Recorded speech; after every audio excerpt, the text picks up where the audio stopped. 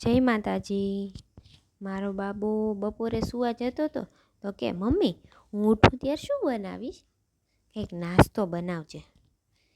Bread ઘરમાં હતી તો બ્રેડ પકોડા બનાવી નાખ્યા. ઘરમાં જ રહેલા બેઝિક વસ્તુથી જલ્દીથી બની જાય એવા બ્રેડ પકોડા બનાવી નાખીએ. તો ચાલો, એના માટે જોશે લીલા મરચાં, લસણ, આદું, ઘરના બેઝિક મસાલા, ડુંગળી, ચણાનો લોટ, તળવા માટે તેલ અને બ્રેડ. સૌથી પહેલાં આપણે બટેટા બાફા મૂકી દઈએ. બટેટાને કાપીને એમાં મીઠું અને પાણી નાખીને બાફા મૂકી દઈએ, એટલે બીજી બાજુ ખીરું તૈયાર કરી શકાય. મેં બટેટા કાપીને બાફ્યા છે, કારણ કે મસાલો ઢીલો કરવાનો છે. આ બાજુ ચણાનો લોટનું ખીરું બનાવી નાખશું. એના માટે ચણાના લોટમાં સહેજ અમથું મીઠું, હળદર, હિંગ, મરચું નાખી પહેલાં થોડુંક એવું પાણી નાખી જાડું રબડું તૈયાર કરી દઈએ, જેથી ગઠ્ઠા ન રહી જાય. પછી ધીમે ધીમે એમાં પાણી નાખી જેટલું પાતળું કરવું હોય એટલું પાણી નાખવાનું.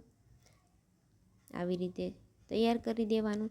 ચમચી કે આંગળીથી ચેક કરીએ તો ચમચી કે આંગળી પર જાડું ચોંટી જાય એવું ખીરું બનાવવાનું છે. હવે આ બાજુ બટેટા બફાઈ ગયા છે, એટલે એને છાલ ઉતારીને બટેટાને મેશરથી માવો કર્યો છે. એને મેં છીણ્યા નથી. થોડાક ટુકડા રહી જાય તો આમાં સારા લાગે છે, એટલે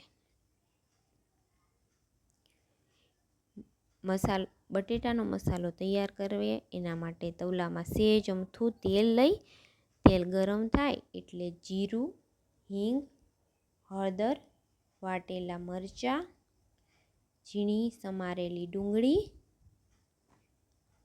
આદુ લસણની પેસ્ટ, ટમેટાં, મીઠું, ગરમ મસાલો નાખી દેવાનો. ગરમ મસાલો વધારે ઓછો લઈ શકો, જેવું તીખું ખાતા હોય એવો મસાલો ગરમ લેવાનો.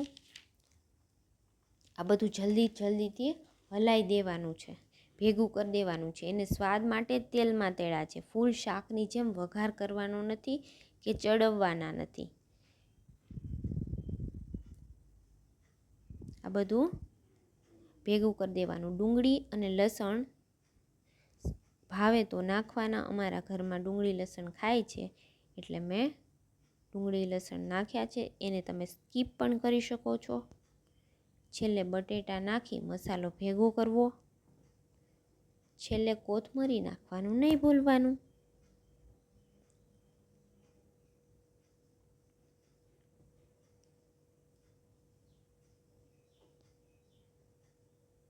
બધો મસાલો ભેગો કરીને મેં થાળીમાં કાઢી હાથથી હલાવ્યો છે.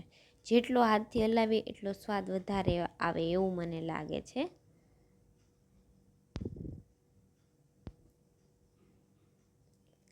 આ બાજુ મસાલો તૈયાર થઈ ગયો છે. ચણાના લોટનું ખીરું પણ તૈયાર થઈ ગયું છે.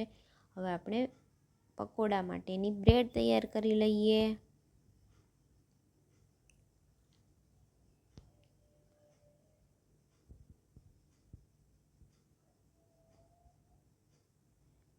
બ્રેડ લઈ એના પર મસાલો પાથરી એના પર બીજી બ્રેડ મૂકી તેને કાપી લેવાની. એને તમે ત્રિકોણ, ચોરસ કે ગોળ કાપી શકો. એક તવલામાં બ્રેડ ડૂબી જાય એટલું તેલ લેવાનું છે. તેલને ગરમ કરવાનું છે. ફૂલ ગરમ તેલમાં કાપેલી બ્રેડ ચણાના લોટમાં બોળીને નાખવાની છે. તેલ ગરમ રાખવાનું છે. ગેસ ધીમો નહીં કરવાનો, નહીંતર તેલ એમાં ભરાઈ જાય. પછી ધીમે ધીમે ગેસ ધીમો કરી દેવાનો. જો કેવા સરસ તળાય છે. થોડાક ગોલ્ડન થાય, ઉપરથી ક્રિસ્પી થાય એટલે કાઢી લેવાના છે. આવી રીતે બધા જ પકોડા તેલમાં તળી લીધા છે. જો ખાવાનું મન થાય એવા લાગે છે. મેં અલગ અલગ જાતના ચોરસ, ત્રિકોણ, ગોળ, લંબચોરસ એવી રીતે અલગ અલગ શેપમાં બનાવ્યા છે. તમે પણ બનાવજો. તમે કેવી રીતે બનાવો છો એ પણ કહેજો. ચોમાસામાં વરસાદ આવતો હોય ત્યારે તો બહુ જ મજા આવે.